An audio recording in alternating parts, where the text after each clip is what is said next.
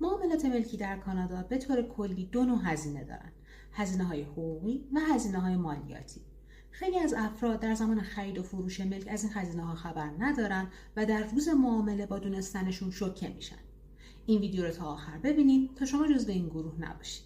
هزینه‌های حقوقی در واقع هزینه‌های وکیل در معاملات املاک هستند که شامل بررسی مالکیت، نقل و انتقال وجه و هماهنگی با وام دهنده میشن. اما نکته‌ای که خیلی‌ها نمیدونن اینه که این هزینه‌های ثابت وکیل شامل بیمه مالکیت، هزینه ثبت سند و پلک نمیشه.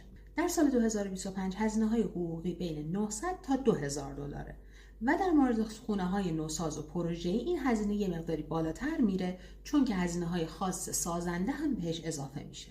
یادتون باشه که برای این هزینه‌های حقوقی حتما نامه قرارداد یا ریتینر لتر دقیق دریافت کنید. هزینه‌های جانبی هم برای شفاف‌سازی بیشتر طبق مقررات انجمن وکلای آنتاریو باید به صورت جداگانه درج بشن. هزینه‌های مالیاتی در آنتاریو سه نوع هستن. نوع اول مالیات انتقال زمین یا لند ترانسفر تکس که روی تمام خریدها انجام و پرداخت میشه. توی آنتاریو این مالیات 2 برابر پرداخت میشه، چون هم هزینه استانی و هم شهری به صورت جداگانه دریافت میشه. نوع دوم مالیات خریداران خارجی یا نان رزیدنت اسپیکولیشن تکس که حتی اگه یکی از خریداران مقیم یا شهروند کانادا نباشه، مالیات 20% NRSC روی قیمت کل ملک اعمال میشه.